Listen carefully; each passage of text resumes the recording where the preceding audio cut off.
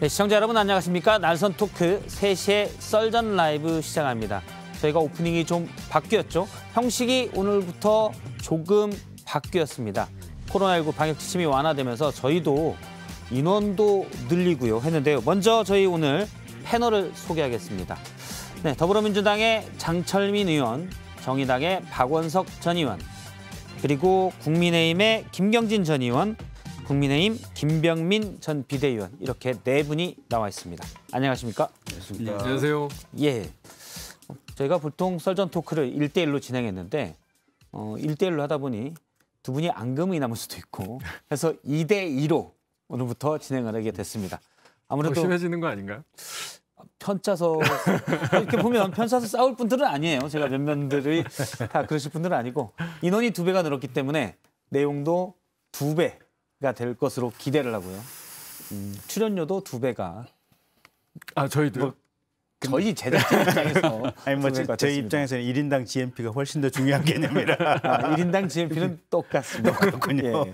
대신 발음 분량이 적기 때문에 네. 노동 대비 소득은 늘어날 것으로 보입니다. 예, 일단 뭐 자리 배치는 저희가 뭐 어떻게 배치를 할까 하다가 선착순으로 배치를 하는 걸로 했습니다. 예, 그럼 첫 번째 주제 보고 활발한 토론을 부탁을 드리겠습니다. 더불어 시청률도 2배를 부탁을 드릴 텐데요. 첫 번째 주제는 오늘 인사청문회 날이죠. 한덕수의 관문으로 정했습니다. 네, 인사청문회 장면, 오늘부터 한덕수 국무총리 후보자를 비롯해서 그 본격적인 장관들의 청문회가 시작이 됩니다. 오늘만 6명의 청문회가 열리고 있고요. 원래 한 후보자의 청문회는 이전이었다가 연기됐다가 다시 열리게 된 거죠. 잠깐 지금 화면을 잠깐 보도록 하겠습니다. 오전부터 열렸었는데요. 예, 지금 이 시각 한덕수 총리 후보자 인사청문회장의 모습입니다. 진즉 우리 고향분인 줄 알았으면 참 자랑스러웠을 텐데 예. 이제야 처음 알았다라고 참 개탄하시는 분들의 전화가 많이 와서 내일 아마 그 관련돼서 또 확인이 될 것 같으니까 고향분 얘기도 다시 한번 나오고 생각해 보시기 있는데요. 바랍니다. 총리님한테 고향이 어떤 의미였는지. 예. 자, 총리님, 한덕수 후보자 청문회 후보자님. 모습인데 오전부터 쭉 있었는데요. 오전에는 주로 김앤장의 고액 자문료 문제 그리고 임대료 문제 등이 있었습니다. 준수할 것이다, 지금 이렇게 말씀하셨죠. 예, 그리고 고향이 공직자라면 전주인 최강욱 의원이 법률을 질문하는 지키고 장면이고요. 또 공적인 업무를 위해서 최선을 다해야 된다는 것. 오전에 청문부터 있었고 너무 당연한 거 아니겠습니까? 그렇죠? 잠시만 이제 저희가 본격적으로 이제 얘기를 좀 해보도록 하겠습니다. 오전 내용들이 좀 있어서 예, 로펌이죠. 예, 일단 저희가 OX판을 준비했는데 OX판을 좀 예, 제작진 OX판을 좀 넣어주시겠습니까? 간단한 거는 이렇게 OX로 하고 넘어가도록 하겠습니다. 예, 저기 지금 주세요. 예. O와 X를 표시할 수 있는 거고요. 간단하게 의견을 좀 물어보겠습니다. 원래 나머지 장관 후보자들이야 사실은 임명 동의안이 없어도 나중에 대통령이 임명하면 그만이지만 총리는 인준, 국회의 과반의 동의를 얻어야 되죠. 한덕수 후보자가 인준 통과할까요? 어떻게 보시는지 간단히 OX로 해주시고 나중에 설명을 듣도록 하겠습니다. 한번 볼까요? 예. 자연스럽게 편이 갈렸습니다. 먼저 안 된다는 쪽부터 박원석 의원님 얘기부터 들어볼까요? 그 예상이기도 하고요. 네. 또 저의 판단이기도 한데 지금 가장 큰 논란이 김앤장에서 2번 공직마치는 재직하면서 고액보수를 받았고 다시 공직으로 돌아왔단 말이에요. 예. 그러니까 2바퀴 돌고 다시 공직으로 온 건데 이 자체가 심각한 이해충돌입니다. 저분이 법률가였다면 그래도 뭐 이해할 수 있는 개연성이 좀 있어요. 왜냐하면 뭐 법률가가 로펌에 간 거니까 가서 송무도 하고 예. M&A도 하고 법률가로서 할 수 있는 업무를 했다고 볼 수 있는데 전직 고위 관료로서 그 정도 보수를 받으면서 과연 김앤장에서 무슨 일을 했을까? 근데 그에 대해서 투명하게 밝히고 있지를 않아요. 오늘 하신 말씀 보니까 공공외교랑 비슷하다. 공공외교 한다고 20억 그렇게 돈 주지 않습니다. 그래서 제가 보기에는 김앤장에서 어떤 역할을 했는지 소상히 밝히고 국민을 설득할 수 있어야 되는데 그냥 뭉뚱그리고 있다. 결국에는 공직에서 쌓은 인맥 네트워크 이런 걸 바탕으로 사실상 로펌의 로비스트 역할을 한 거 아니냐. 그리고 그런 로펌이 주로 대변하는 이익은 재벌 대기업의 이익을 많이 대변하잖아요. 그런 면에서 저런 분이 다시 공직에 와서 일국의 총리를 맡는 거는 부적절하고 이해충돌 문제가 심각하다고 봅니다. 예. 아니냐고 이제 얘기를 하지 않았습니까? 그럼 왜 여기에 대해서 자격이 없는지에 대해서 국회 오늘 인사청문회가 검증하는 시간들을 가져야 되는데 오늘 있었던 후보자의 해명에 대해서 더 한 걸음 나아가지 못했던 측면이 있는 것 같습니다. 조금 전에 이 과거에 있었던 고위공직에 대한 내용들을 바탕으로 법무법인 가는 거 문제 심각하다 이렇게 말씀을 주셨는데 애석하게도 민주당의 송영무 국방장관 같은 경우가 과거에 해군 참모총장을 지내고 그 당시 로펌에 가서 고액 자문료를 받았던 일들이 논란이 된 적이 있었는데 이런 일들 있고서 국방부 장관을 임명했던 게 또 문재인 정부 아니겠습니까? 국민들 눈높이에 다소 조금 부족하다, 어긋나다 하는 측면들이 이곳저곳에서 나타나긴 합니다만은 여기에 대해서 이른바 청문회의 한방 이것만으로 정말 국무총리로서의 자격이 없다라고 하는 내용들을 적어도 오늘 오전 지금까지 청문회 과정에서는 못 보여주고 있는 것 같습니다. 그러니까 원래 이게 그 기본적으로 예. 이게 요거였다가 청문회에서 소명이 잘 되면 이게 이렇게 도는 거예요. 그러니까 국민 여론들이 뭔가 이런 충분하게 지금까지 제기되는 의혹들에 대해서 납득하시고 그런 부분들이 소명이 되면 분명히 이제 국민 여론도 그렇고 저희 국회에서도 인준이 되는 거거든요. 근데 아까 이제 이 박원석 의원님도 말씀하셨지만 지금 제기되고 있는 이해충돌 문제라든지 아니면 뭐 오늘 또 나온 얘기는 이 론스타 관련된 예. 이 부분에서 국익에 반하는 지원들을 했었다 뭐 이런 얘기들도 의혹이 또 나오더라고요. 그럼 정말로 정말 국익을 지키는 행보들을 했었나? 정말 이 전직 고위 관료로서 이 국민들을 위한 일들을 해왔나라는 부분들이 청문회에서 소명이 되면 이게 좀 다른 판단이 있을 수 있겠지만 지금까지 특히나 지금 오전에 청문회를 봐서는 전혀 그렇지 않다. 라는 부분이라서 아직까지는 확실히 X라고 볼 수밖에 없을 것 같습니다. 예. 제가 보기에는 근데 저만한 인재가 또 볼 수 있겠습니까? 국무조정실장 했지, 경제부총리 했지, 국무총리 했지, 미국 대사 역임했지. 미국 대사하면서 한미 FTA 미국 정부 내 유엔의 비준을 위해서 이 동분서주에서 결국은 비준시켰지. 그래서 본인 능력 충분하고 그다음에 이게 고액의 어떤 급여를 받았다고 하는 것은 다소 정서법상의 문제라고 볼 수 있는 부분이지만 정서법을 벗어나는 그 어떠한 문제도 사실은 지금까지 구체적으로 지적이 된 게 없거든요. 그러면 국정 협치 또 국정 통합을 위해서는 저는 당연히 이게 민주당에서 찬성표를 던질 것이다 그렇게 예상을 하고 있습니다. 근데 과거에 그 총리 후보자들이 인준받지 못하고 낙마했던 사례들을 보면 안대희 전 그 대법관 같은 경우에 그분도 이제 고액 보수 논란이었죠. 그분은 법률가 임에도 불구하고 일종의 이제 전관예우로 상당히 많은 금액을 로펌에서 받았다는 이유로 청문회 자리에 앉아보지도 못하고 낙마했습니다. 그 뒤에 이제 문창국 후보자. 그분은 말 몇 마디 때문에 사실은 청문회 자리에 앉아보지도 못하고 그냥 낙마했어요. 지금 한덕수 후보자가 그 이전에 특히 이제 민주당 정부 시절에 고위 관료를 역임하고 총리까지 하고 그 뒤에 또 주미대사도 지냈고 역대 여러 정권을 넘나들면서 한편으로는 검증된 관료라고 할 수 있는데 그때하고는 시대가 많이 달라졌습니다.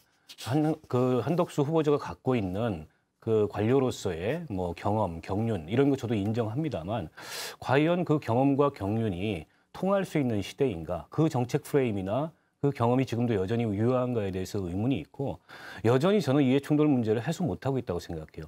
지금 처음에 지명됐을 때보다 여론이 굉장히 악화되고 있잖아요. 그 여론이 악화된 이유는 본인이 성실하게 소명하려는 노력도 하지 못했고 국민을 설득시키지 못했다는 거예요. 사실 그래서 저도 오늘 청문회가 굉장히 중요하다고 생각하거든요.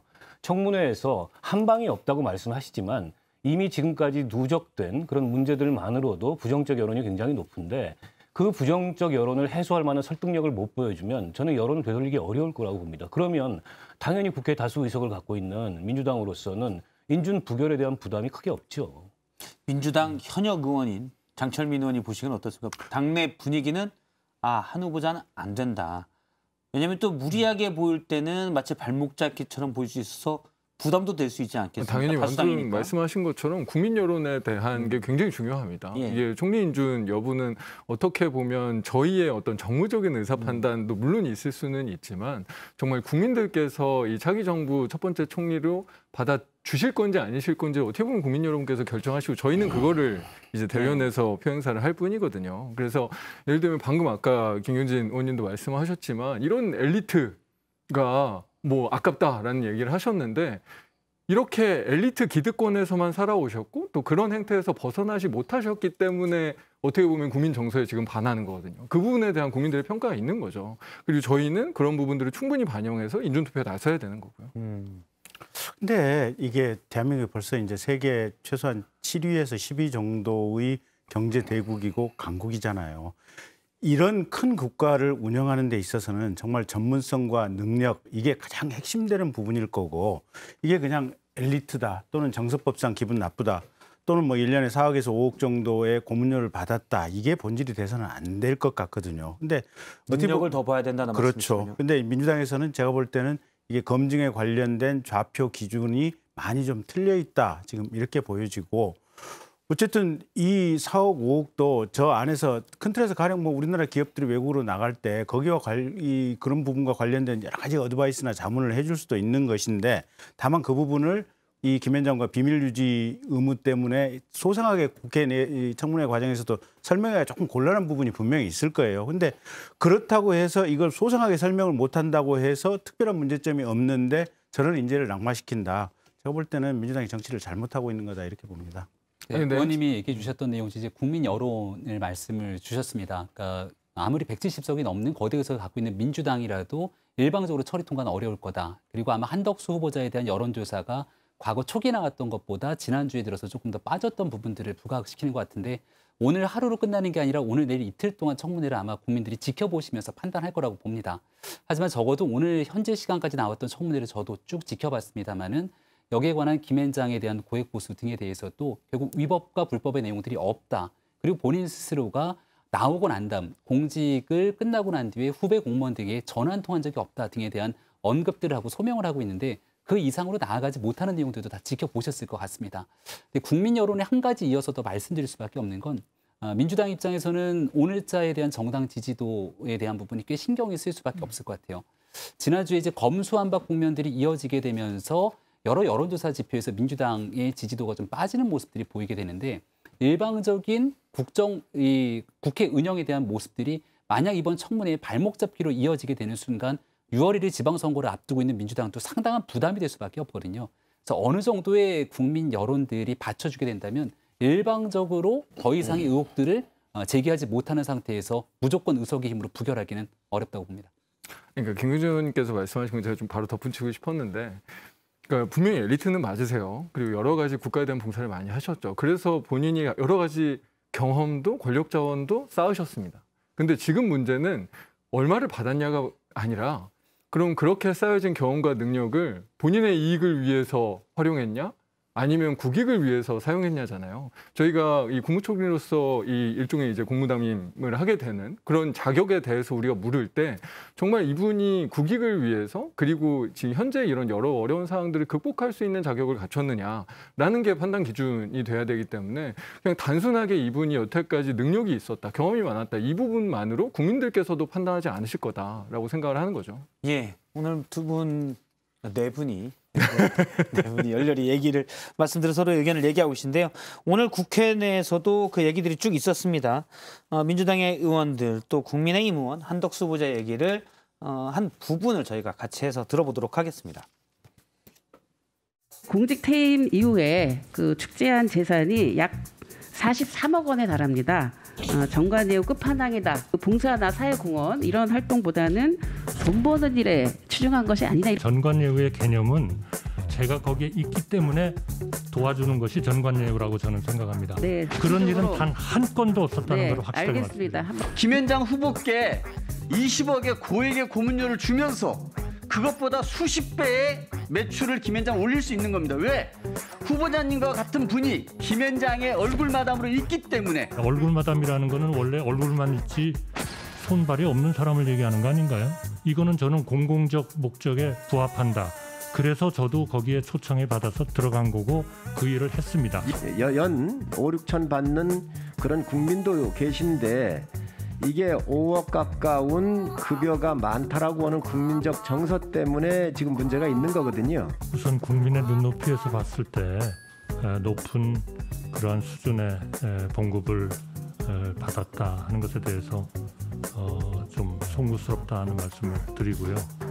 다른 분들하고 비교했었을 때에 많이 받았다고 생각하십니까? 그렇게 지나치게 많이 받았다. 그렇게는 생각하지 않습니다. 예, 전관예우의 끝판왕이다. 전관예우 그런 일을 단 한 건도 없었다라는 얘기들이 있었습니다. 그러면 지금 오늘 6명의 뭐 총리까지 포함해서 6명의 장관 후보자들이 얘기했는데요. 다음 계속해서 원희룡 국토부 장관 후보자 인사청문회 내용 지금 진행 중인데 오늘 오전에 지금 진행되고 있는 모습입니다. 업무 추진비 얘기가 논란이 됐었고요. 또 제주도의 공원 개발 사업 여기에도 너무 건설업체들에게 많은 이익을 준 것 아니냐. 대장동 일타 강사인데 비슷한 것 아니냐라는 얘기도 있었습니다. 네, 지금 원희룡 국토부 장관 후보자가 청문회에서 대답하는 모습을 지켜보고 있습니다. 잠깐만 들어보도록 하겠습니다. 민간 주도가 더 들어올 거 아닙니까? 적절하게 하다 보면 민간 주도로 수도권 내에 공급을 하게 됐을 때 평균적인 집값이 어느 정도였죠? 10억 정도죠. 10억 정도입니다. 평균 집값 10억이에요. 왜냐하면 이건 찾아보시면 되니까. 그러면 10억이면 저희가 분양을 받을 때는 대부분 중도대출을 받는데 중도대출은 9억 미만이죠. 그렇죠? 자, 그러면은 일반인들에게 분양을 하기 위해선 짧게 그냥 답만 했어요. 이제 한 20초 남았으니까. 민간인들이 그러한 집들을 분양을 받을 때 그러면 그분들이 할 수 있는 방법이 뭐가 있을까요? 그것만 마지막으로는 답변 좀 분양은 시세의 80% 전후로 주로 형성이 되고요. 여기에 대해서 우리가 용적률이라든지 입지에 따른 규제 권력을 풀어주면서 공공기업 인센티브로 결합시키게 되면 민간의 공급 역량을 민간의 적절한 이윤 동기와 함께 공공기여를 우리가 끌어들이는 식으로 현실적인 방법을 제시하겠다는 겁니다. 현실적으로 들리진 않는데 제가 지금 민주당의 한준호 의원이 질의를 했고 원희룡 국토부 장관 후보자가 대답을 하는 모습을 지켜봤습니다. 지금 원희룡 후보자의 인사청문회 장 모습을 지금 현장 중계로 보고 계시고요. 아무래도 이제 국토부 장관 제일 큰 문제가 부동산 정책 아닙니까? 부동산 공급 문제를 두고 질의응답이 오간 것으로 보이고 오전에 있었던 얘기 중에 하나는 저겁니다. 업무 추진비 논란이 있었고요. 오등봉 공원 개발 사업 논란이 있었는데 이 중에 업무 추진비를 그러니까 일식당에서 상당히 많이 사용했는데 이게 좀 법화를 잘못 쓴 것 아니냐는 지적이 나왔었습니다. 이 내용 잠깐 보도록 하겠습니다. 일본에 본점을 둔 이 일식당에 1,584만 원이나 사용하셨습니다. 아주 최애 단골집 같은데 맞습니까? 맞아요? 예, 맞겠죠. 예, 맞습니다. 예. 저녁에는 15만 원 내지 16만 원밖에 없는데 17명하고 식사를 하면 어떻게 44만 원이 나옵니까? 이거 김영란법 위반이죠. 매월 집행하는 업무 추진비에 대해서는 다 공개가 되어 있고요. 예, 매월 제가 자진해서 다 공개를 한 겁니다. 아니, 그러니까 공직자예요, 아니에요, 이 사람? 아니, 언론과 도의회에서 매달 이 부분에 대해서 검증을 하고 진행되는 건데 이분이 공직자예요. 다 방역수칙법 위반이에요. 어떤 내용의 모임이었고 누가 참석했는지는 뭐 지금 있는지 모르겠습니다만은 일정표 같은 걸 확인해봐야 넘어갑시다. 기억을 살릴 수가 있습니다. 예, 해당 일식집이 가격이 꽤 나가는 메뉴밖에 없는데 어떻게 17명이 이 가격에 했냐? 쪼개기 아니냐? 사실 원희룡 후보자는 이재명 민주당 대선 후보자 때 법카 의혹에 대해서 강하게 했었는데 본인도 마찬가지냐 아니냐 이런 질의가 나왔었거든요. 어떻게 보십니까? 그러니까 저런 식의 그 법인 카드를 쪼개기 하거나 변칙 사용이죠. 변칙 사용하는 게 지방자치단체 같은데 좀 만연해 있던 것 같아요. 지금 특히 이제 김혜경 씨 법인카드 사용 같은 경우에 법인카드 사용할 자격이 없는 사람이 이제 법인카드를 사용한 건데 그거를 이제 중간에 있었던 공무원이 알아서 한 거냐 아니면 사실상 김혜경 씨가 그 시키거나 이익을 누린 거냐 이게 이제 쟁점일 텐데요. 지금 저 원희룡 지사의 전 지사의 법인카드 사용 내역도 보면 누가 봐도 정상적이지 않아요. 굉장히 고급 식당이고 그리고 그 식당이 그렇게 큰 데가 아니어서 그렇게 여러 명이 한꺼번에 방역수칙도 방역수칙이지만 그 한꺼번에 회식을 할 수 있는 자리도 없답니다. 그러니까 저기 총액으로 보면 한 1,500만 원 이상을 썼는데 그걸 갖다가 매번 그 사용을 김영란법을 의식해가지고 여러 차례로 쪼갠 거 아니냐. 이런 의혹이 나올 수밖에 없고 어떻게 보면 이제 내로남불이라는 지적이 나올 수밖에 없는 거죠. 지난 대선 때 김혜경 씨 법인카드 사용 문제나 또 대장동 관련해서 일타 강사라는 별명이 붙을 정도로 그 문제에 대해서 강하게 문제 제기를 하고 질타를 했는데 법인카드 크게 다르지 않은 그런 관행의 연장선에 있는 걸로 보이고 지금 오등분 개발 사업 같은 경우에 대장동이 민간에게 천문학적인 이익을 몰아줬다고 하지만 뭐 그의 규모는 총 규모는 그에 비해서 작긴 하나 그 오등분 공원화 사업도 민간 사업자에게 과도한 특혜를 몰아준 거 아니냐. 그런 면에서 원희룡 지사가 자기가 내뱉었던 말들, 자기가 문제 제기했던 것들이 고스란히 지금 부메랑으로 청문회 과정에 돌아오고 있는 게 아닌가 싶습니다. 근데 저게 그 법인카드 부분은 조금 더 사실관계가 파악돼야만 어떤 규정 위반이라든지 이런 부분이 좀 명확해질 수 있는 것이 아닌가 싶어요 보면. 그러니까 가령 제가 이제 그 검찰에 있을 때 저도 이제 부장을 하다 보니까 이제 이 부서의 법인카드를 가지고 있을 수가 부서비가 나오죠. 예. 이거를 필요하면 뭐 부의 직원들이 쓰고 싶다 이러면 갖다 쓰라고 하거든요 보면. 그러니까 저 같은 경우 사실은 도지사인 원희룡 개인이 쓴 것인지 아니면 실국장이라든지 뭐 부지사 이런 사람들이 이렇게 나눠서 쓴 것인지 일단 그런 부분들. 그다음에 각각 몇 명이 있었는지 이런 부분들이 지금 구체적으로 저 의원께서 질문하시는 내용에 지금 명확하게 질문이 안 돼 있는 반면에 원희룡 후보자 같은 경우 뭐라고 답변을 하냐면 저 부분은 이미 오래전부터 지금 공개가 돼 있었고 도의회에서 이미 감사를 받았다. 그리고 거기서 별 문제가 없다고 된 내용이고 세부적인 지출이 어떻게 이루어졌는지는 지금 기억나지 않는다. 이렇게 답변을 하고 있거든요. 그래서 저게 지금 규정 위반이 되려고 한다면 가령 저 카드는 원지사 혼자 전속적으로 썼다든지 뭐 이런 부분이 전제가 되면서 문제 제기가 돼야 될 텐데 일단 그런 부분이 좀 명확하지 않은 것 같아요. 그래서 좀 더 아마 질의하시는 의원께서 분명히 해서 질의를 해야만 저게 규정 위반인지 아닌지가 밝혀질 것 같고 아직까지는 저게 분명하지 않을 가능성이 높고요. 그다음에 오등본 같은 경우는 지금 답변하는 취지가 그런 것 같아요. 원래 규정상 70% 이상만 공원으로 하면 되는데 본인은 좀 더 엄격하게 지금 87% 이상을 공원으로 하도록 했다. 그래서 통상의 사업 기준보다 조금 더 엄격하게 했다. 그다음에 이때 당시에도 이미 초과이익 환수 조항을 집어넣어가지고 8.9% 이상의 이익이 넘어가면 그거는 당연히 환수 대상으로 하는 제도를 설계했기 때문에 특혜가 될 수 없다. 지금 이렇게 답변을 하고 있거든요.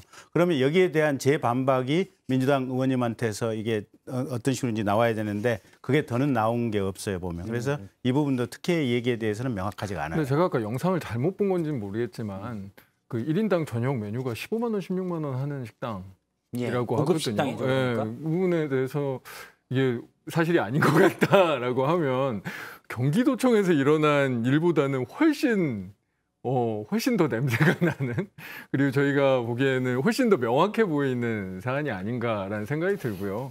그리고 이 정도 식당에 지사 이외에 다른 직원들이 두루두루 했다고 얘기하는 게 사실은 조금 무리가 있어 보입니다. 그래서 이 부분에 대해서는 어떻게 보면 후보자가 이거 명확하게 내가 좀 문제가 좀 있었다라고 이야기를 하는 게 어떻게 보면 훨씬 더 특히나 뭐 정치 하루 이틀 하신 분이 아니잖아요. 그래서 그분은 명쾌하게 그 잘못할 거는 잘못했다고 말씀하시는 게 낫죠. 그리고 그 오등봉 사업 관련해서 물론 이제 액수나 규모의 차이는 뭐 이 대장동이나 이런 부분의 차이는 많이 있습니다. 하지만 어떻게 보면 제가 오히려 이거를 보고 이거는 원희룡 그 후보자가 일타 강사가 아니라 어떻게 보면 국민의힘 내부에서 철저하게 대장동 건도 지지하고 뭔가 연대했어야 되는 내용이구나라는 생각이 오히려 좀 들었어요. 우리가 이 지자체나 광역단체에서 여러 가지 이제 부동산 개발을 하다 보면 저도 이제 그 저희 지역에서 원도심 도시재생을 많이 하는데 이런 어떤 그 이익 배분 문제에 있어서 민간이 초가 너무 많이 가져가는 것을 어떤 식으로 이거를 설계를 잘할 거냐가 늘 되게 중요한 문제잖아요. 근데 일타 강사로서 어떻게 보면 열심히 이 정말 본인 몸값을 올리셔서 지금 이렇게 이 국토부 장관이 가기 직전까지 되셨는데 이렇게 완벽한 내로남불 상황이 발생하는 거는 정말로 지금 이 청문회를 하는 순간이라도 조금은 겸허한 태도를 가지고 이 답변도 그렇게 하시는 게 나중에 이제 그 업무를 수행하시는 데 있어서 맞는 태도가 아닌가라는 생각이 드네요. 아마 지금 잠시만요. 지금 한덕수 국무총리 후보자의 청문회에서 민주당의 강병원 의원 인사청문 특위의 간사죠. 상당히 뭐 공격적으로 질문을 하고 있다고 하는데 잠깐 그 장면 보겠습니다. 회전문 인사입니다. 전직 공직자가 현직에게 전화통화하는 일, 식사 자리 한번 마련하는 일, 기업 소개하는 일, 부탁하는 일 이런 일들이 현직 공직자에게는 큰 부담이 됩니다. 정관 예우로 계신 많은 전직 고위 공직자들이 다시 공직사회로 돌아올 수 있다고 생각을 해보십시오. 이 나라 공직사회 기강이 무너질 수 있다고 생각 안 해보십니까? 로비스트에게 우리나라 공직사회가 포위되는 것입니다. 로비에 무너지는 대한민국 공직사회가 저는 너무나 두렵습니다. 자신에게 로비를 했던 사람이 언제 상관으로 올지 모르는데 공직기강이 바로 설 수 있겠습니까? 심지어 후보자께서는 이 과정에서 너무나 많은 회전문 인사에 정말 모범이 되셨습니다. 여론조사를 한번 보실까요? 여론조사를 보면은 최근입니다. 후보자에 대한 인준 반대 여론이 46%입니다. 왜 이렇게 후보자에 대한 인준 반대 여론이 높아졌다고 생각하십니까? 상승한다고 생각하십니까? 저는 지금 존경하는 강병원 의원님께서 현명한 국민과 우리 인사청문위원회 현명한 위원님들 앞에서 선서를 하고 제가 그렇지 않다고 얘기하는 것을 계속 그렇다고 주장하고 계십니다. 좋습니다. 그럼 저는 더 보시죠. 이상 드릴 말씀이 없습니다. 예, 돈 잘 버는 전직 총리로 지금 저희가 6개 청문회를 보고 있으면서 좀 눈여겨볼 만한 장면이 나올 때마다 현장 연결을 하고 있는데요. 제가 봤을 때는 별로 눈여겨볼 만한 장면이 아닌 게 오전에 그래요? 나왔던 얘기들을 똑같이 동어반복하고 있는 거고 회전문 인사를 강조를 했습니다. A4 용지를 들고 있으면서 사실상 질문이라기보다는 질타에 가까운 이 정치 행동을 하고 있다고 보입니다. 그러니까 한덕수 후보자 입장에서도 본인이 이제 선서하고 난 다음에 진실을 구하겠다고 했는데 그 이상 어떤 답변을 하겠냐라고 얘기를 하고 있거든요. 그렇다면 이 강병원 의원 입장에서는 여기까지 나왔던 한덕수 후보자의 답변을 뛰어넘는 다른 내용들을 갖고 얘기를 해야 되는데 원래는 지난주 오늘 청문회가 진행돼야 되지 않습니까? 예. 일주일이 수년됐음에도 불구하고 한 걸음도 더 나아진 모습을 보이지 못하고 있다. 앞서 이제 저희가 원희룡 후보자 얘기를 하다 말았는데요. 청문회를 보게 되면 겸허한 자세를 말씀 주셨는데 나름대로 겸허한 자세를 가지기 위해서 노력을 하고 있다 생각을 하고 그래도 국토부 장관 후보자 청문회 같은 경우에는 제일 중요한 게 부동산에 관한 문제이기 때문에 임대차 3법에 대한 향후 처리에 대한 문제, 부동산 공급에 관한 문제 등 이 정책적인 질의에 좀 응답들이 오가는 것 같고 우리가 의원 불패라고 얘기하지 않습니까? 예. 결과적으로 전현직 의원들끼리는 서로 아름아름 봐주면서 청문회 통과하는 거 아니냐 싶은데 하루짜리 청문회 지나고 나면 원희룡 후보자에 대해서는 그냥 무난하게 지나가지 않을까 생각합니다. 여기 지금 현직 의원님 계신데 자꾸 기분 나빠서 뭐 의원끼리 봐주는 거 아닙니다라고 하면 어쩌려고 그럽니까? 제가 조금만 부연을 할게요. 저는 뭐 원희룡 후보 아마 그 인사청문 보고서 채택될 거라고 보고 채택이 안 돼도 뭐 임명 강행해도 별로 할 말이 없다고 보고요. 다만 이 업무 추진비 같은 경우에 그냥 법인 카드가 아니고 도의회에서 책정한 지사 업무 추진비입니다. 지사 이외의 사람이 그걸 쓰면 안 돼요. 그리고 각 부처는 각 부서의 업무 추진비가 별도로 있습니다. 물론 업무 추진비 같은 경우에 세부 내역을 다 공개할 의무는 없어요. 어느 정도 사용했고 몇 월 며칠에 얼마 사용했다. 이 정도만 공개하지 누구를 만나서 뭐 어떤 목적으로 이런 것까지는 공개를 안 하거든요. 근데 그렇다 하더라도 지금 저 업무 추진비를 지출한 행태를 보면은 제가 보기에 저게 아주 그냥 만연해 있고 관행화된 저런 행태들이 비단 제주도뿐만이 아니고 경기도도 지금 확인됐죠. 다른 지방자치단체들도 있을 것 같아요. 그런 점에 대한 투명성을 좀 높여야 되고 5등분 개발과 관련해서는 민주당에서 반론을 했죠. 8.9%를 상한으로 해서 초과이익이 나면 그건 이제 도에 환원하도록 돼 있는데 비용 산정을 사업자가 하도록 해놔서 사실상 비용을 사업자가 높여버리게 되면 결국엔 사업자가 이익을 보는 구조다라는 반론에 대해서 이렇다 할 해명이 없어요. 그게 아니다라고만 얘기를 하고 있습니다. 초과 수익 8.9%를 넘는 건 환수하도록 장치를 했다 했는데 예를 들어서 거기에 강목이라고 하긴 그렇고 철근이 들어가는데 철근이 이만큼 들어갔어요라고 해서 비용을 많이 계산해버리면 숫자상으로는 초과이익이 전 것처럼 보이지만 뭐 하청업체 통해서 이익을 빼돌릴 수도 있다는 의혹이죠. 특히 이제 관급 그 공사 같은 경우에 이제 관이 발주하는 사업들 같은 경우에 민간 사업자들이 그 사업을 수행하면서 많이 쓰는 수법이에요. 근데 그게 전형적으로 이 오봉동 공원화 사업에서 나타났다. 그걸 아예 구조화해 놓은 이런 사업이기 때문에 대장동 문제에 대해서 원희룡 후보자가 그렇게 질타했던 것과 비교해 본다면 규모는 다르고 또 여러 가지 전후 상황이 다르긴 하지만 과연 그렇게 질타할 만큼 본인은 떴떴하냐 이런 반론이 나올 만하죠.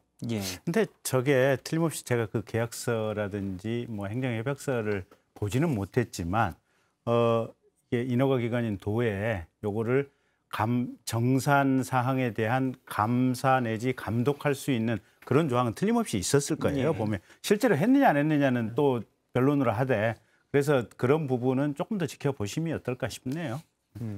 알겠습니다. 원희룡 후보자 얘기까지 들어봤고요.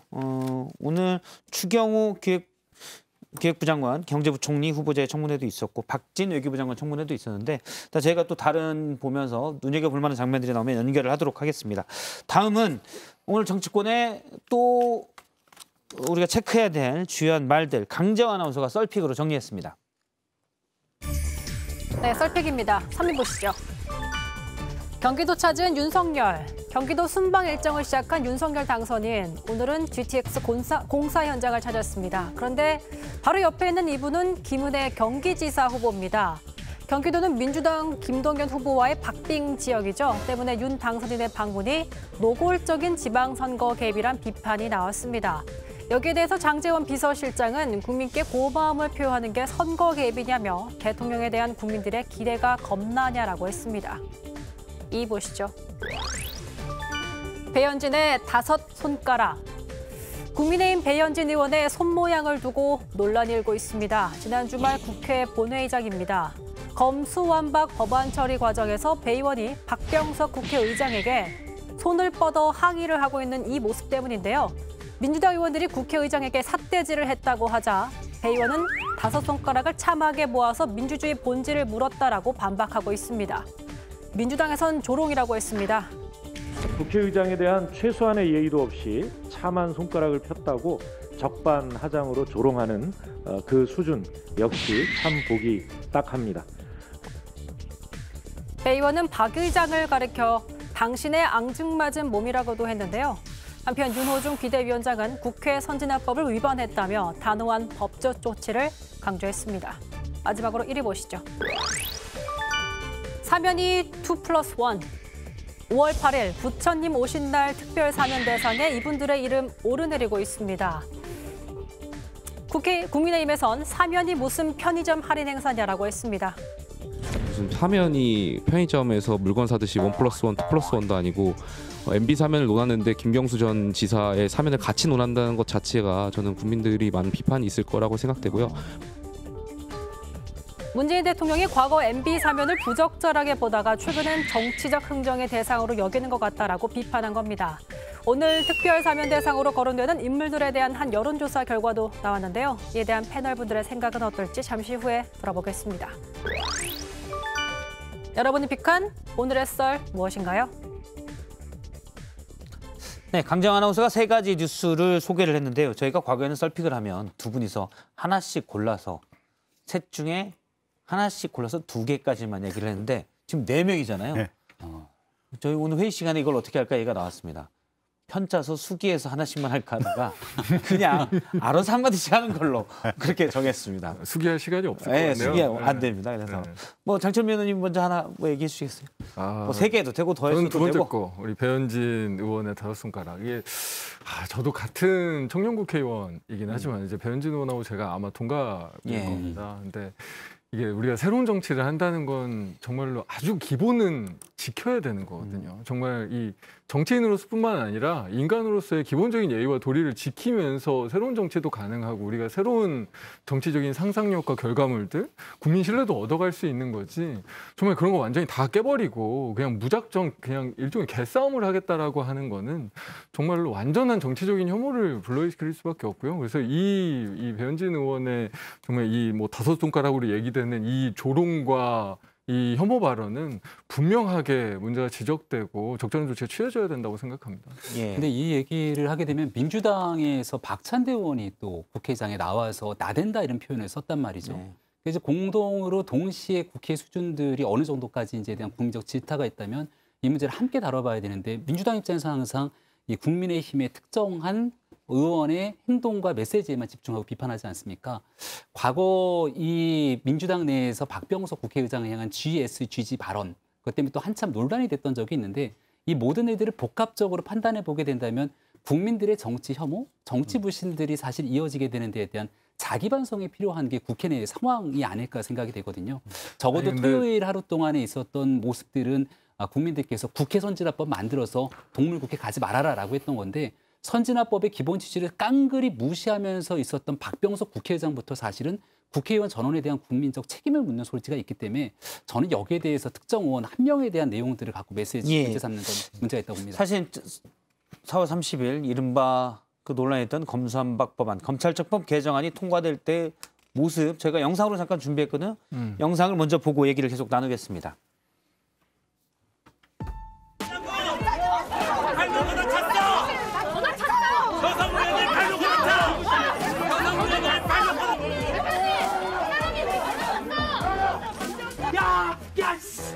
야, 우리가 쳤어!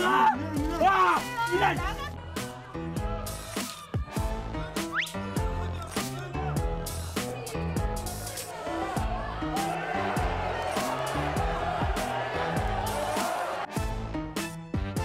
당신의 그 앙증맞은 몸을 저희 국민의힘 의원 위로 밟고 지나가기 위해서 앞줄에 앉아있는 여성들, 카메라 밑으로 보이지 않는 그 장면들을 짐작하고 부둣발로 저희 여성들을 걷어차며 용맹하게 이 국회의장석으로 올라오셨습니다.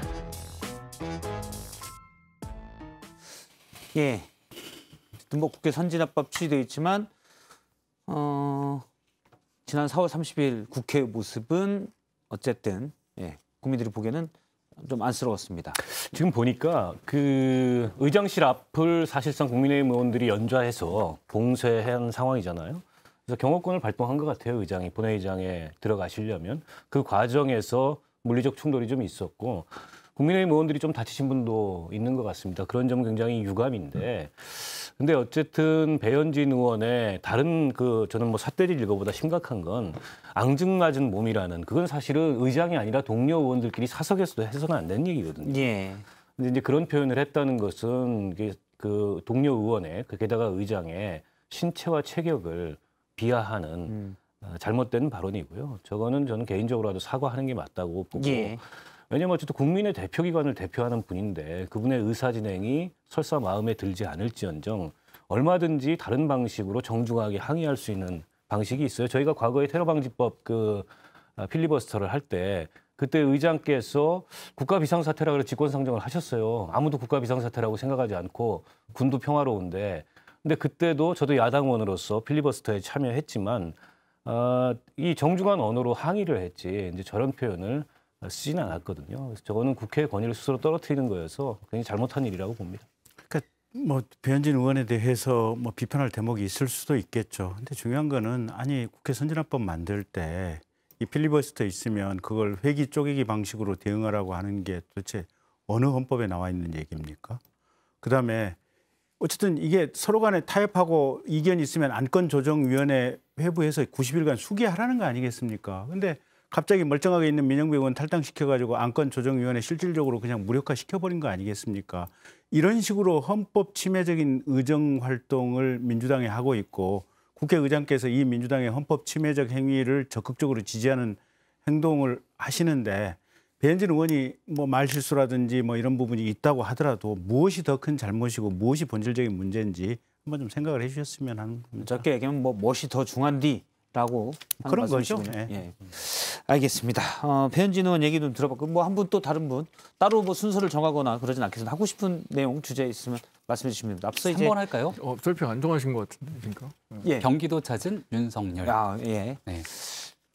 비판이 있을 것 같은데 전 윤석열 대변인께서 비판을 하시는 것 같아서 잘못 정한 거 아니에요? 어차피 지금 김경진 전 특보께서 왜 이러는 거야? 아니 뭐 먼저 나서서 얘기할 필요가 있지 않을까 생각합니다.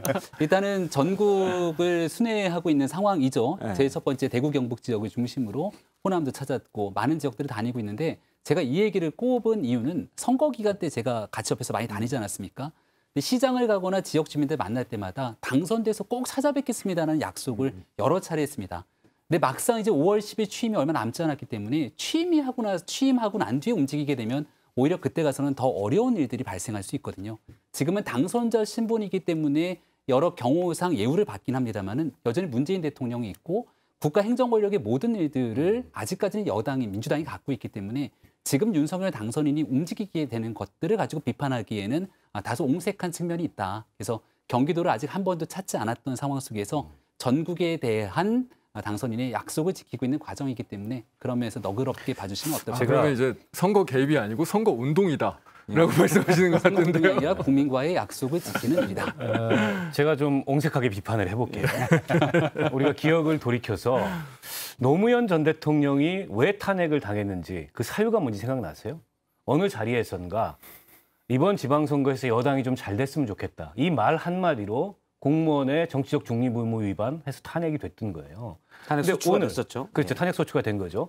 오늘 저 현장을 한번 보십시오. 저기는 민생 현장이라고 보기도 어려워요. GTX 건설 현장이기 때문에 거기 찾아가겠다고 대선 기간 중에 약속한 적은 아마 없을 겁니다. 그런데 GTX 노선 확대를 공약으로 내건 김은혜 국민의힘 후보를 대동해서 가가지고 공사 진행 상황에 대해서 브리핑을 받고 누가 봐도 저 장면이 나가게 되면 저거는 사실은 이 선거와 관련돼서 물론 아직 취임을 안 했어요. 때문에 지금 중립 의무가 적용된다고 엄격하게 말하면 볼 수가 없습니다. 아직은 그냥 당선인 신분이기 때문에. 그러나 5월 10일 날 취임 이후에 6월 1일 날 있는 지방선거를 의식해서 이와 같은 행보가 계속된다면 저는 과거에 노무현 전 대통령이 탄핵 소추됐던 전례로 비추어 봤을 때 그보다 훨씬 더 노골적이거든요. 때문에 그런 비판이 당연히 전 나오리라고 보고 물론 그렇다 그래서 저걸 가지고 탄핵 소추를 하게 되면 그건 또 정치적으로 또 다른 이제 역풍에 휩싸이게 될 텐데 당선인도 곧 5월 10일 날 취임을 하시게 되면 지방선거를 의식한 저런 행보는 자제해야 된다. 저는 그렇게 생각합니다. 아니 근데 아까 박원석 의원께서 말씀하신 대로 일단 당선인 신분은 법률상의 정치적 중립 의무가 없는 거 아니에요. 법 위반 사항 아니잖아요. 거기다가 현장에 나가서 지금 김은혜 후보 도와줍시다라고 얘기한 것도 아니잖아요. 국힘 후보들 같이 간 게 도와주십사 얘기한 거죠. 아니 단 한마디도 없어요. 국민들한테 김은혜 후보가 그냥 오신 거예요. 보면. 그다음에 윤석열 당선인이 후보 시절에 윤석열 후보는 혼자 가려고 했는데 김은혜 경기도지사 후보가 윤석열 당선인 혼자 가려고 했는데 기어이 찾아서 옆에 서 있었던 건가요? 뭐 그러신 것 같네요. 보니까. 그리고 어쨌든 윤석열 당선인이 후보 시절에 수도권 관련해 가지고 아침에 여러 가지 교통 체증이라든지 또 이 지옥철 문제에 대해서 관심이 많아서 지난번에 김포에서 여의도까지 한번 타보시기도 했잖아요. 보면 그러면서 GTX 확대에 대한 공약도 지금 얘기를 하신 적이 있어서 그러면 만약 유승민 의원이 후보가 됐더라도 저런 행보를 했을까요? 제가 그 얘기를 하고 싶었습니다. 지금 그 얘기를 하려고 기다리고 존경하는 있었는데. 김경진 의원께서 야당 의원 시절에는 저렇게 말씀을 안 하셨는데 너무 어용지식인 되신 것 같아요. 유승민 후보가 됐더라도 경기도를 찾겠다는 약속을 지키기 위해서 했을 거라고 저는 생각하고요. 우리가 이제 자꾸 선거 때 대통령에 대한 행보에 대해서 언급을 하는데 4.7 보궐선거를 앞두고 가덕도 신공항에 사였던 문재인 대통령과 그 당시 장관, 집권당의 원내대표 등의 모습이 생생히 기억나거든요. 이런 일들에 대한 반복들을 하지 않았으면 좋겠다는 저는 비판을 말씀이지만 했습니다. 아직은 대통령으로 취임하기 전에 있었던 약속을 지키는 행보다라는 말씀드립니다. 앞서 이제 김병민 대변인님 말씀하실 때 그 얘기했잖아요. 그러니까 취임한 뒤에는 못 찾으니 지금 찾는다. 이 말은 취임한 뒤에 왜 못 찾나요? 취임하고 난 뒤에 선거를 앞두고 있는 대통령의 행보가 이어지게 되면 과거에 있던 비판이 그대로 돌아오게 되는 내로남불이 되지 않습니까? 그러니까 6월 1일 이후에 찾으면 되잖아요. 근데 지금은 말씀을 드렸던 것처럼 아직까지는 당선인 신분이고 당선이 되고 나서 찾아뵙겠다는 국민들에 대한 약속을 전국을 돌면서 하고 있는 상황인데 그게 이제 마지막 있었던 경기도를 찾는 과정 속에서 선거에 대한 측면들이 부딪히다 보니까 나오는 오해. 그러니까 말씀하신 게 그런 거잖아요. 그러니까 선거 개입은 선거 개입인데 위법한 선거 개입은 아니다. 라고 그렇게 절차상으로 그렇게 말씀 주시면. 근데 저는 사실 더 노골적이라 이건 거의 뭐 사전 선거 운동에 비하는 수준의 그 행보를 보이시는 거고요. 예, 저런 부분들이 어떻게 보면 앞으로 이 취임한 이후에 국정 운영 그 초반이 정말 중요하지 않습니까? 그 자기 발밑을 허무는 일입니다. 정말 이제 국민적인 신뢰 속에서 이제 이 국정 운영을 시작해야 되는데 이 당선인 신분 속에서 이게 그냥 위법하지 않다라는 근거 하나만으로 저런 노골적인 이 행보를 보이는 건 이후에 바로 본인에 가지고 가야 되는 그런 어떤 신뢰와 권위를 스스로 실추시킵니다. 저는 사실 대통령을 공무원의 정치적 중립 의무에 묶어놓는 그런 현 제도, 법 이거에 별로 동의하지 않습니다. 그래서 제가 뭐 이 정도만 얘기를 하겠는데 그러나 어쨌든 현행법은 있는 거니까 그 점에 대해서는 지금은 뭐 상대적으로 자유로운 신분이지만 5월 10일 취임 이후에는 6월 1일 지방선거를 앞두고 의식을 해야 되겠죠. 알겠습니다. 저희가 하나 더 하는 것도 그것도 좀 얘기가 많을 것 같아서 제가 그거는 먼저 얘기를 하면 사면 2+1 얘기입니다. 오늘 한국사회론연구소가 TBS의 의뢰로 쭉 조사를 했는데요. 사면의 찬반을 조사했는데 이명박 전 대통령에 대해서는 사면 반대가 51%가 넘습니다. 그다음에 김경수 전 경남지사 특별사면에 대해서 역시 반대가 57%에 육박하고요. 정경심 조국 전 법무부 장관의 배우자죠.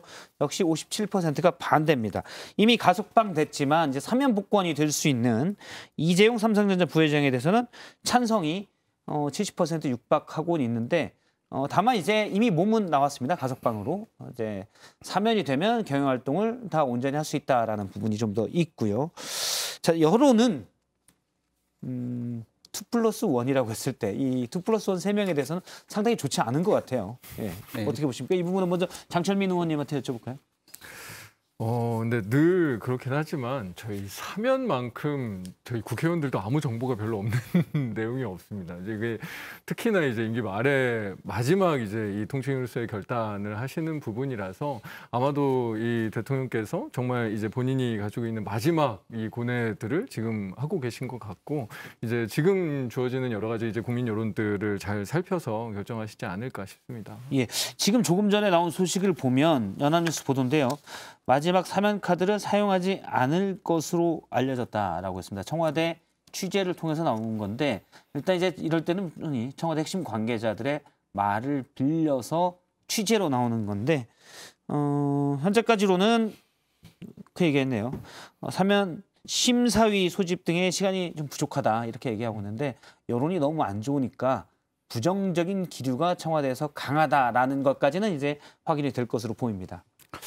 개인적으로 그 사면 대상으로 거론되시는 분 네 분 다 사면에 대해서는 저 개인적으로 굉장히 부정적이에요. 보면 이명박 대통령 같은 경우는 어쨌든 개인적인 비리잖아요. 보면 예. 뇌물수수라고 하는 이게 국민들이 그걸 얼마나 납득할 수 있을까라는 거고 정경심 교수 같은 경우는 근 3년에 걸쳐서 대법원까지 가고 그 중간중간에 국민들을 속여온 그 어떻게 보면 이 죄질이라든지 범행의 악행 이런 것들로 봐서 쉽사리 사면될 수 없는 성질의 것이다라고 보고 있고요.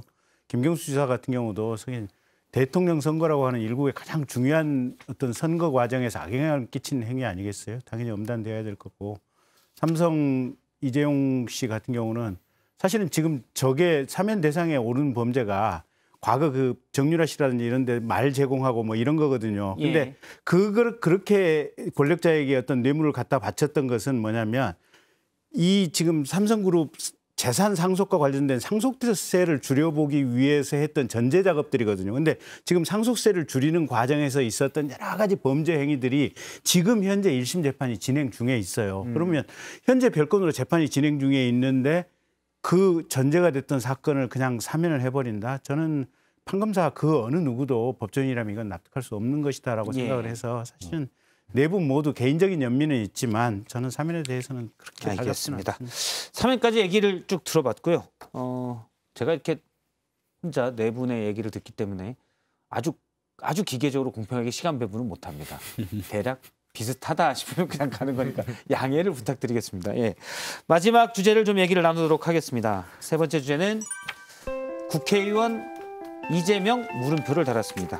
이재명 상임고문이 이번 6.1 지방선거와 함께 실시되는 보궐선거에 나올 가능성이 있다. 구체적으로는 인천 계양을이 거론이 되고 있는데요. 오늘 한 인터뷰에서 송영길 전 대표가 또 얘기를 했습니다. 잠깐 들어보겠습니다. 저는 일관되게 이재명 고문이 지난 대선 때 얻었던 1,600만 표 이상의 득표했던 국민의 마음을 이번 재보궐선거나 지방선거의 민주당의 승리를 위해 같이 참여해야 된다. 그 형태는 어떤 식으로 할 건지는 공론화 과정이 필요하다 이렇게 생각합니다. 예. 일단 저희가 또 OX 카드를 네 분이 사니까 이거 통계가 좀 더 정확성이 높아져요. 의견이 공론화 작업이 좀 더 되는 것 같습니다. 예. 일단 예상과 당위가 있잖아요. 이재명 고문이 이번 지방선거에 국회의원 보궐선거 지역구로 나올 것인가 아닐 것인가. 나올 것 같다라고 하면 동그라미, 아니다면 X를 들어주시기 바랍니다. 예, 들어주시겠습니까? 예상을 다 X로 드신 거예요? 예상을. 예. 예상은 다 나올 것 같다.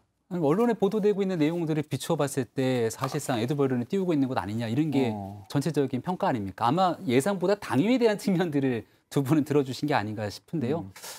경기도지사를 지냈던 이재명 후보가 인천으로 가고 인천시장을 지냈던 송영길 후보는 서울로 오고 굉장히 묘한 지방선거, 보궐선거 국면들을 아마 국민들께서 지켜보고 있는 터라 이재명 후보 입장에서는 나가면 선거에서 승리될 가능성은 높겠지만 전체적인 명분, 구도상으로 참 의미 없는 일이 될 수도 있겠다라는 생각이 듭니다. 아니, 저는 송영길 후보가 서울시장으로 나아가게 된 결심하게 된 계기, 그다음에 김동연 후보가 경기도지사로 나아가게 된 과정, 결국은 이재명 고문에 어떻게 보면 의중이 굉장히 많이 실렸다라고 보고 있고요. 예. 당의 주요한 의사결정을 실질적으로 이재명 고문이 바깥에서 하고 있는데 그거는 본인이 그만큼 현실 정치에 참여하고 싶은 욕망이 큰 거고 결국은 그 욕망으로 인해서라도 이번에 개항 선거에 출마할 것이다. 그렇게 예상을 하고 있습니다. 지금 말씀은 이제 쉽게 얘기하면 장막 뒤에서 지금 다 하고 계신데 그 욕구를 아마 앞으로 나오셔서 할 것 같다라고 예상을 하는 거죠? 그렇습니다. 근데 사실은 어떻게 보면 이재명 군과 더 가까운 분들이 안 나올 거라고 저는 예상을 가깝진 않고요. 죄송합니다. 저는 당위이기도 하지만 예상이기도 한데요. 명분이 없습니다. 사실은 이재명 고문 정도, 상임 고문 정도의 위상이면 국민적 명분이 굉장히 중요하고 또 저분이 국회의원 한 번 되는 게 중요한 게 아니잖아요. 앞으로 5년 뒤를 또 내다보고 이제 큰 행보를 해야 되는데 선거 끝난 지 얼마 되지 않았고 분당갑 본인의 정치적 고향인 성남에서 보궐선거가 열리고 그 보궐선거에 나온 건 굉장한 모험이죠. 근데 그건 피하면서 계양구에 나온다?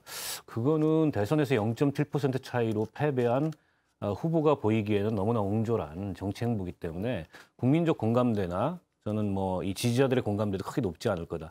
지금 뭐 물밑에서 이러저러 간을 보고 있는 것 같은데 종국적으로는 안 나올 것 같다. 8월 전당대회가 있는데 굳이 그럴 필요가 있냐 이런 판단입니다. 예.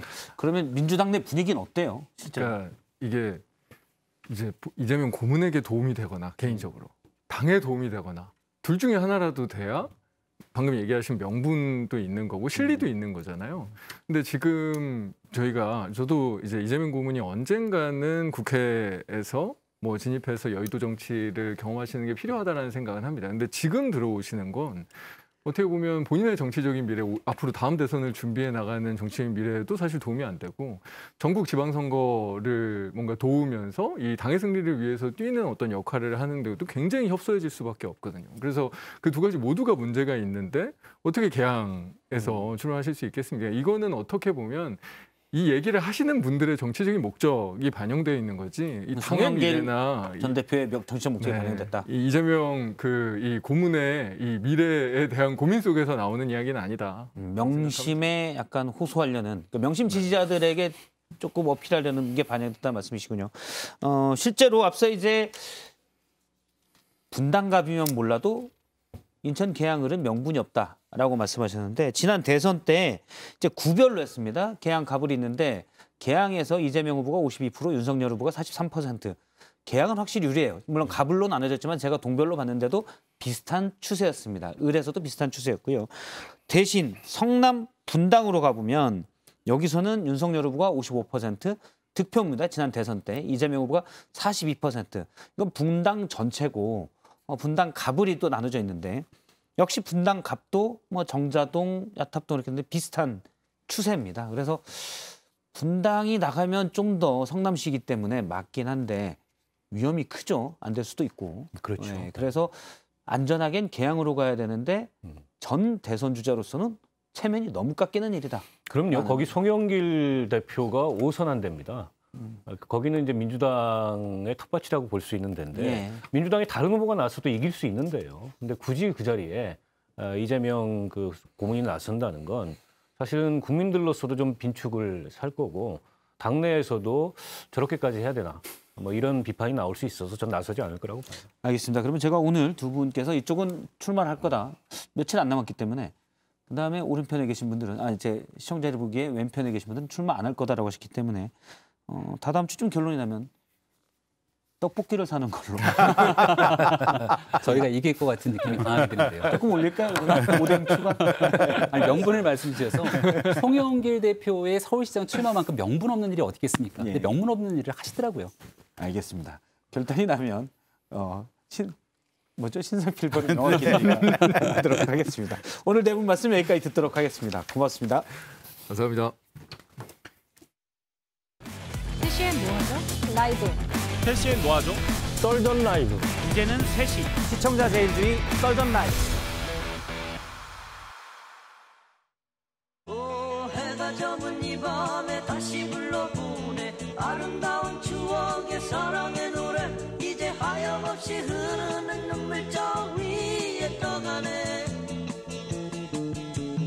그대 떠난 이 밤에 다시 불러보내 외로워진 마음에 네, 5월이 됐습니다. 온 가족이 함께 보는 다시 보면 더 좋은 이성대 뉴스 썰기입니다. 시작해보죠. 네, 오늘 준비한 자료 바로 보겠습니다. 교육비서관도 있고요. 또 과학비서관도 있습니다. 그렇기 때문에 굳이 지금 과학교육수석이라고 따로 만들어서 할 시점은 아니다. 조금 더 지켜보고. 자, 안철수 또 패싱 또는 프리패스. 둘 다 패스이긴 한데 좀 어감이 다릅니다. 같은 단어 패스에서 파생됐다라고 하는데 자, 먼저 패싱은 뉴스 썰기에서 자주 다뤘던 주제 중 하나인데 이번엔 또 패싱이 나왔어요. 네, 어제였죠. 자, 청와대가 아니죠, 이제는. 자, 용산 집무실 그 비서실의 수석을 발표했습니다. 하지만 과학교육수석이라는 게 나오지가 않았어요. 그런데 이 과학교육수석이라는 거는 바로 그 최근에 안철수 위원장이 직접 만들어달라 요청을 한 자리거든요. 네. 자, 한번 들어보시죠. 제가 제안 드린 것이 이 과학교육 수석이 필요하다는 점에 대해서 말씀드렸습니다. 간곡하게 말씀을 드렸고 생각해 보겠다는 답변을 받았습니다.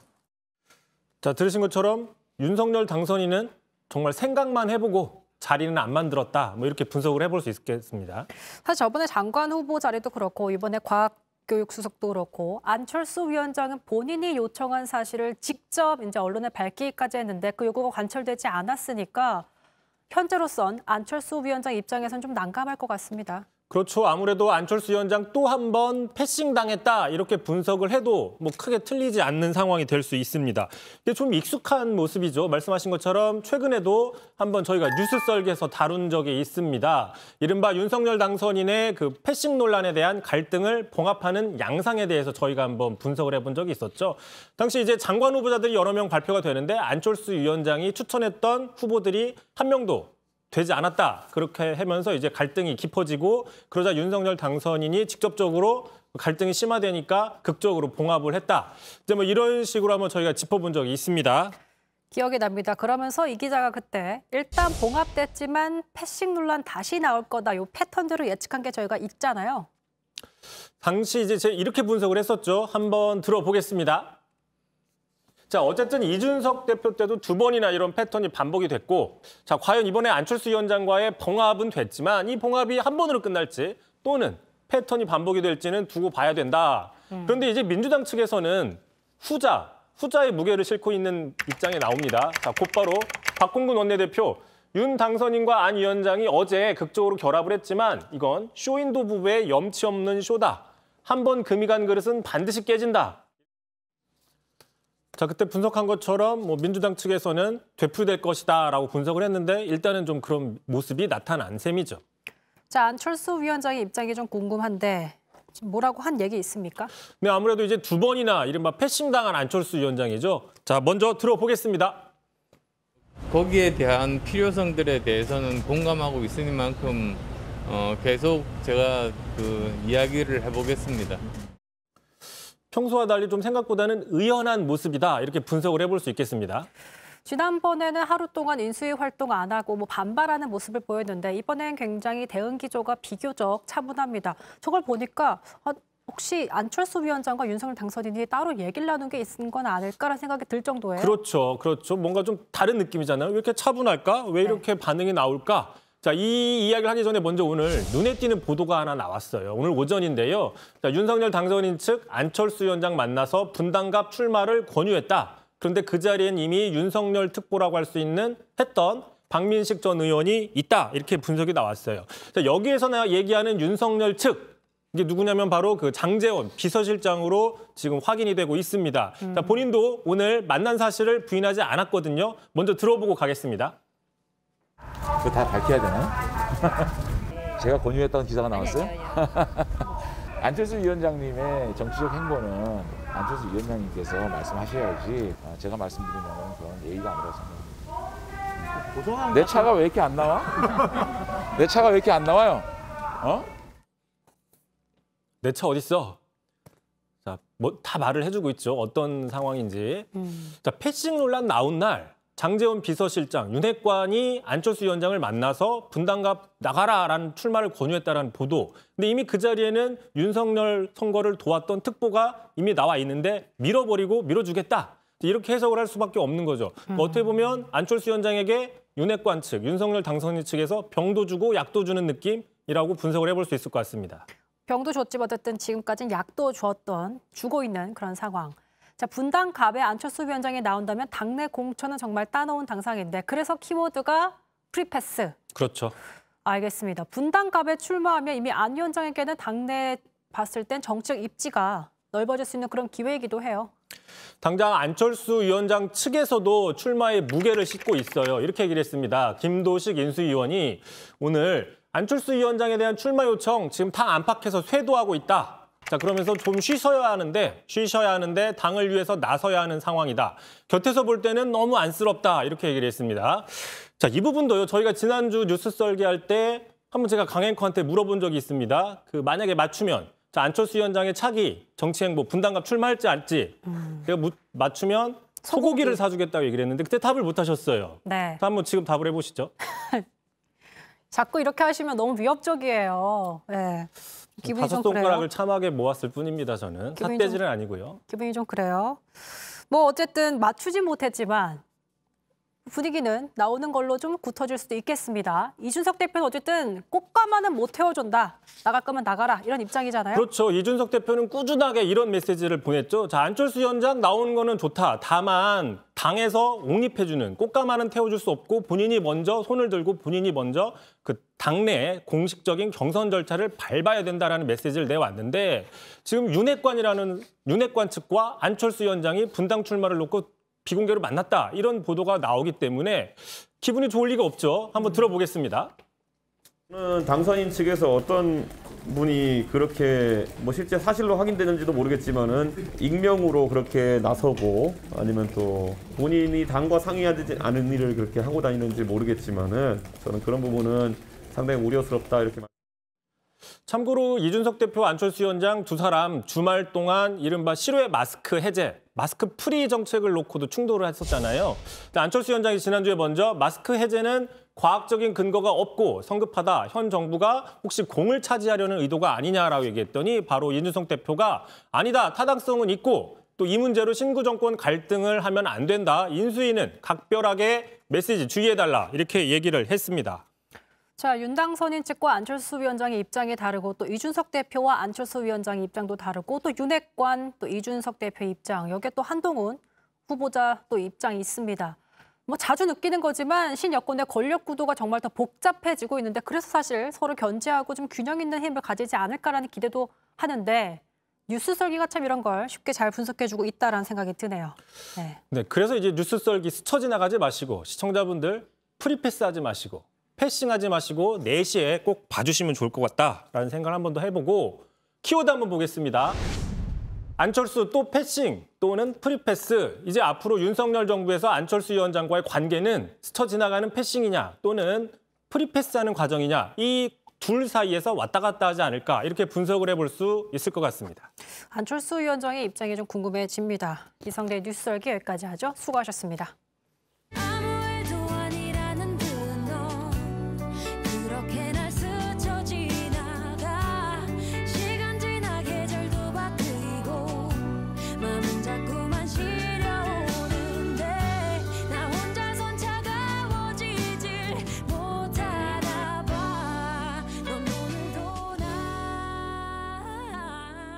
충격적인 사건이 있었습니다. 우리은행에서 직원이 회사 돈 614억 원을 빼돌린 초대형 횡령 사건이 발생했는데요. 국내 금융사에서 벌어진 직원 횡령 사건 가운데 역대 최대 규모입니다. 경찰은 오늘 우리은행 본점 압수수색에 나섰고 썰전 인터뷰에서는 끊이지 않는 금융권 횡령 사고와 관련해서 정철진 경제평론가와 함께 짚어보겠습니다. 안녕하세요. 네, 안녕하십니까. 와, 정말 황당했습니다. 네, 회사 돈을 빼돌린 우리은행 직원 전모 씨에 이어서 횡령에 가담한 동생까지 지금 구속이 되어 있는 상태예요. 네, 그렇습니다. 긴급 체포가 됐고요. 결과적으로 형이 이제 이번에 기업개선부에 있었던 차장이죠.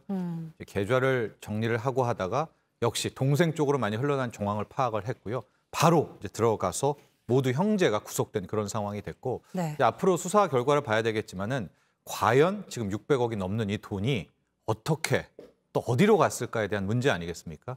근데 현재 나오는 이야기들은 뭐 파생상품 투자해서 썼다, 뭐 뉴질랜드 호텔에서 썼다, 뭐 이야기들 나오고는 있지만 항상 이게 패턴이거든요. 이렇게 많은 횡령을 하게 될 경우에 어디다 썼냐, 투자하다 날렸다. 근데 모르죠. 어떻게 됐는지 모르는 거 아니겠습니까? 그러니까 뭐 사건과 함께 그 돈들의 어디 가 있는지도 함께 이번에 수사에 밝혀야 될 부분입니다. 네, 오늘 2시에 이제 압수수색에 나섰는데 직원 전 씨는 어쨌든 거의 남은 돈은 없다라고 네. 주장하고 있는 상황입니다. 지금 보니까요, 그냥 한 번에 이 돈을 빼돌린 것이 아니라 3차례에 걸쳐서 돈을 빼돌렸습니다. 2012년부터 18년까지 총 3차례에 걸쳐서 614억 원을 횡령했는데, 자, 사건 개요 좀 자세하게 좀 간략하게 설명해 주시죠. 영화 같은 이야기, 뭐 드라마 같은 이야기, 뭐 이렇게 볼 수가 있을 것 같은데요. 일단 12년부터 18년까지 3번을 뺀 거고요. 큰 틀에서 밝혀진 건 2022년이니까 10년 만에 전모가 밝혀진 건데요. 사건의 시작은 2010년, 11년. 실은 대우 일렉트로닉스라고 이제 대우그룹이 부실해지면서 역시 이제 부실해졌고요. 공적 자금이 투입이 됐었죠. 주 채권 은행이자 또 매각 주관사가 우리은행이었습니다. 어쨌든 팔아야 될 것 같은데 드디어 살려는 사람이 나왔습니다. 그게 누구냐? 이란의 엔텍합이라고 우리가 대우 일렉트로닉스를 사겠다라고 해서 이제 둘이 딜이 잘 진행이 됐겠죠. 그리고선 먼저 이제 계약금을 당시에 578억을 이제 납부를 한 상황인데 이 M&A 과정에서 신의 성실의 원칙을 어겼다고 우리은행 측에서, 그러니까 우리 측에서 파악을 된 거예요. 그러니까 이란 너네가 어겼으니까 엔텍합이 계약금은 뭘 쓰고 이 딜은 끝이다라고 해서 끝난 줄 알았는데 문제는 이란의 엔텍합이 이건 말도 안 된다라고 해서 소송을 시작합니다. 그 소송이 바로 이제 ISD 투자자 국가 간 소송을 이제 시작을 하게 됐고 2015년, 16년, 17년 계속 소송이 진행되다가 결과적으로 이란의 엔텍합이 승소를 합니다. 그렇게 되면 이제 자신들이 떼었던 계약금 이란 입장에서 돌려줘야 되는 거 아니겠습니까? 그럼 그때 돌려줬으면 되는데 2018년에 또 무슨 일이 일어나느냐. 이게 영화 같다는 건데 당시가 트럼프 대통령이었잖아요. 트럼프 대통령이 이란은 핵 개발했기 때문에 제재를 걸입니다. 맞아요. 경제 제재가 걸렸었죠. 그러니까 이란 쪽의 모든 금융이 동결이 된 상황이었었고 그때 실은 이 578억 이자가 붙었으니까 600억이 됐겠죠. 돌려줬어야 되는데 못 돌려준 상태가 됐고요. 2019년, 20년에 코로나 터졌잖아요. 이제 21년, 22년이 됐고 이제는 바이든 행정부가 오게 되면서 이 돈을 송금을 통해서 이란 측에다 줘야 되는데 막상 뚜껑을 열고 보니 실은 돈은 비어 있었고요. 그 전에 이제 이번에 기업부장 이 개선부의 A 차장이 먼저 자수 형태로 들어가게 됐던 이제 그런 상황이 큰 틀에서의 사건의 전모가 됩니다. 근데 자수하기 전에도 2차례 뭐 그렇죠. 이거는 뭐 아니죠. 원을 이미 송금했기 때문에 정말 자수할 의향이 있었는지도 좀 불명해지고 그렇습니다. 있습니다. 네. 그러니까 말씀하신 것처럼 잘 설명해 주셨지만 그 횡령금이 결국에는 우리 정부가 이란 기업에게 돌려줘야 되는 돈인데 맞아요. 이래서 문제가 더 지금 커지고 있는 거잖아요. 그렇죠. 왜냐하면 이 ISD는 결과적으로 이란의 엔텍합, 큰 틀에서 미아니 가문이라고 이제 최대 주주인데 누구랑 상대를 걸었느냐? 우리 국가에다, 우리 정부에다 건 겁니다. 왜냐하면 이것이 워낙 이제 큰 소송이기 때문에 결과적으로 지급 주체는 우리 정부가 돼야 될 텐데 물론 우회적으로 이제 우리은행에 받아서 줘야 될 텐데 지금 돈은 없죠. 그러니까 일단은 뭐 정부에서 먼저 나가든 국가 간의 신뢰를 통해서 해야 될 것 같은데 지금 만에 하나 정말로 600억을 다 썼다면 이 형제가 이거는 뭐 국민 세금으로 마여줘야 되는 뭐 이런 상황이 될 수밖에 없기 때문에 이 사건은 훨씬 더 중대하다고 볼 수가 있겠습니다. 그러니까 저희가 이 얘기를 하면서 계속 놀랍다, 탄성을 자아내면서 지금 이 얘기를 하고 있습니다만 맞아요. 직원이 600원 넘게 빼돌렸는데 영화도 아니고 드라마도 아니고 10년 동안 어떻게 아무도 모를 수 있죠? 저는 그 내막을 좀 보니까 그럴 수도 있겠다. 특히 우리나라의 대체대조표라든가 감사의 행태로 봤을 때는 하려면 할 수도 있었겠다. 물론 이제 이 사람은 일종의 모험을 한 거죠. 그러니까 범죄를 저지르게 된 건데 이제 시작은 이렇습니다. 이 기업개선부에 있는 우리은행의 A 차장이 실질적으로 이 대우 일렉트로닉스의 M&A 딜에 있었던 거예요. 그러니까 이 이제 돈이 들어갔고 계약금을 받았고 이제 M&A 하다가 이란 측이 잘못했네 해서 계약금은 몰수야 이런 거 다 받죠. 그다음에 계좌에 딱 들어가 있는 겁니다. 지금 당시 578억이죠. 들어와 있는데 이 직원이 어떤 식을 했냐면 이 돈은 실은 회계 처리를 함에 있어서 좀 짜증나는 복잡합니다. 이걸 어떻게 둘 수도 없고요. 뭐 주석을 달아서 뭐 써야 되고 해야 되는데 선입금이라고 할 수 있는 거 아닙니까? 그런데도 그렇게 하게 되면 더 회계가 복잡해지기 때문에 보통 주석을 많이 달게 되는데 네. 이때 이 직원이 아이디어가 아닌 범죄의 하나의 틀을 만들어낸 겁니다. 이 돈을 캠코에다가 줬다. 한국자산관리공사에 어차피 이제 이 돈은 뭐 우리 돈도 아니니까 줬다라고 해가지고 가상의 캠코 계좌를 만들고 그쪽에다 송금을 한 거예요. 근데 캠코 측은 모르는 거죠. 이거는 그 직원이 만든 가상의 계좌니까. 그래서 캠코 계좌에다 파킹을 했고 거기에서 돈을 빼가는 이런 형태를 취했기 때문에 이거 이제 감사할 때도 안 걸렸을 가능성이 높은 게 실제로 딱 보다가 캠코로 안내한 다음에 어떤 뭐 당국감사든 뭐 회계법인이든 그 캠코 측에 이 계좌 있냐 돈은 갔냐를 확인해 보면 실은 그때 뭐 2013년이든 14년이든 한번 잡아낼 수는 있겠지만 그 정도까지는 안 했던 것으로 보여지고 있고요. 그러니까 이 돈은 공식적으로는 캠코에 가 있는 가짜 계좌죠. 가 있는 게 됐고 그 돈을 이 형이 빼돌리는 그런 상황이 된 것 같습니다. 물론 1차적인 책임은 이 범죄를 저지른 횡령한 직원 전모 씨겠지만 우리은행의 그런 내부 통제도 좀 미흡했기 때문에 이걸 막지 못했던 걸로 저는 보이거든요. 맞습니다. 이 기업개선부였었고요. 직원, 특히 금융권에서는 계속해서 직원들을 순환시켜야 됩니다. 왜냐하면 늘 금융비리에 대한 리스크가 있기 때문에 한 인력이 빠져나가고 새로운 인력이 들어오게 되면서 업무 인수인계를 받죠. 그럼 새로 들어온 업무 인수인계를 받을 사람은 자기가 나중에 책임을 져야 되니까 꼼꼼하게 봐야 되는데 어떻게 해서인지 이 사건을 저질렀던 A씨 같은 경우에는 기업개선부에 꽤 오래 있었고 나갔다가도 다시 또 옵니다. 그러니까 밖에 나가 있었을 때도 이건 뭐 제 추론입니다만 전전긍긍했었겠죠. 후임 누군가가 와서 어디 갔나 하다가 이 계좌가 이게 뭐지 해가지고 걸릴 수가 있는데 그러니까 자기가 또 다시 들어와요. 근데 그 와중에서도 실제로 이 어마어마한 돈의 횡령을 막지 못했다는 것은 우리은행의 전반적인 감사에 대한 부분들, 뭐 기강회의 이런 것도 피해갈 수는 없을 것 같습니다. 자, 지금 뭐 정부에서도 책임에서 자유롭지 못하다는 비판이 나오고 있습니다. 금감원이 네. 11차례 감사하고도 횡령 정황을 적발하지 못했다. 그렇다면 감사 역량에도 좀 의문이 들 수 있는 사건이에요. 그렇죠. 저는 뭐 이런 사건 일어날 때마다 누누이 왜 금융감독원이 느닷없이 이런 것들을 꾸짖는 대상이 되는지가 좀 아이러니하고 역설적인데요. 실은 금융감독원이 상당한 책임이 있는 겁니다. 이런 행사 또 금융권의 감독은 책임은 금감원이 있어야 되는데 금감원이 실질적으로 상당한 감사에 또 투입이 됐었거든요. 거기에서도 밝혀내지 못했었고 막상 이제 사고가 터지면 우리은행에 대한 처벌을 이제 금감원이 내려야 될 텐데 실은 금감원이 이런 것도 자기네가 나서서 한다는 것도 실제로는 글쎄요. 대중의 또 비난을 피해갈 수는 없습니다. 금감원이. 그리고 아까 말씀하신 대로 만약에 이 횡령된 돈이 정말 다 썼다면 결국엔 세금으로 메워져야 되는 그런 상황이기 때문에 우리 국민 모두가 공분할 수밖에 없는 그런 사건인데 사실 이번 사건을 보면서 저도 그랬지만 오스템 임플란트 사건이 떠오르실 것 같아요. 많은 분들께서. 주주들에게도 굉장히 많은 피해가 갈 것 같은데 한숨이 나옵니다. 네, 그렇죠. 네.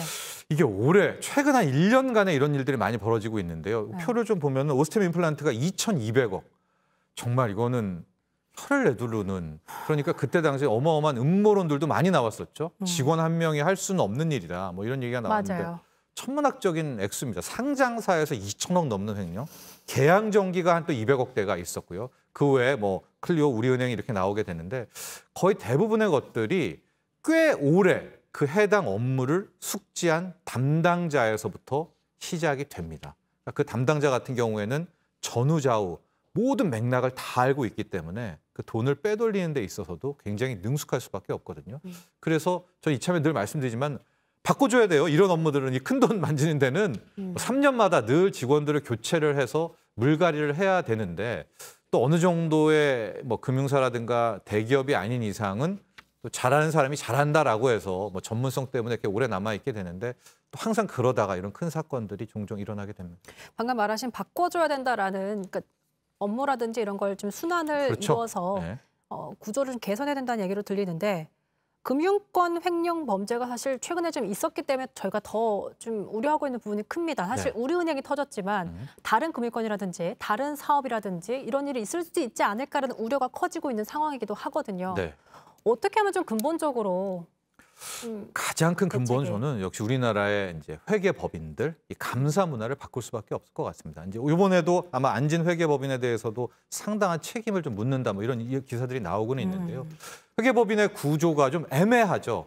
왜냐하면 회계법인은 자신들이 회계 감사를 해 들어가야 되는데 돈을 받는 주체가 또 회사입니다. 그러니까 어느 정도 이 역설을 극복해 낼 수가 없는 거예요. 그래서 좀 더 뭐 감사 의견 거절이라든가 부적절이라든가 좀 명확하고 날카롭게 판단을 해야 되는데 그렇지 못하는 거기서 늘 자유롭지 못하는 것들이 있기 때문에 그러나 어떻게 하겠습니까? 결과적으로 회계법인은 회계 감사가 본인들의 책무니까 여기에 대해서 앞으로도 좀 엄중한 처벌의 사례들이 많이 나와서 1차적으로는 우리나라 회계법인들의 감사 문화를 바꾸는 것이 중요하지 않을까라고 보고 있고 뭐 덧붙여서 근본적인 문제는요. 이제 온라인 시대 아니겠습니까? 실물이 없는 채로 숫자 하나로 조작이 가능한 세상이 됐습니다. 여기에 대한 고민을 우리 모두가 한번 해봐야 될 것 같습니다. 알겠습니다. 정철진 경제평론가 관련 얘기 짚어봤습니다. 고맙습니다. 감사합니다. 네, 오늘 설전 라이브 여기까지입니다. 계속해서 정치부 회의가 이어집니다. 시청해주신 여러분 고맙습니다.